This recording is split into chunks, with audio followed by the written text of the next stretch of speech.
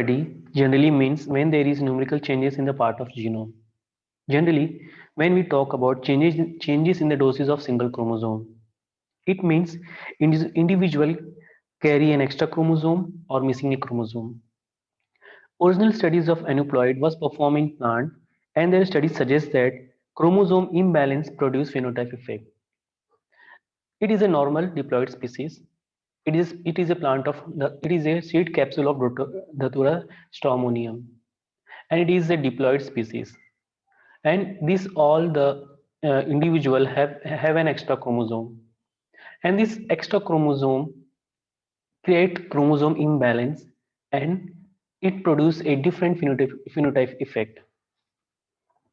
These studies were performed by Albert Beckesley and John Belling in Datura stramonium. It is a diploid species and it has 12 pairs of chromosome. So somatic cell has 24 chromosome. Beckesley collected some plant which has altered phenotype, and Belling examined the chromosome of this mutant plant which has altered phenotype. And Belling found that every altered phenotype mutant has an extra chromosome.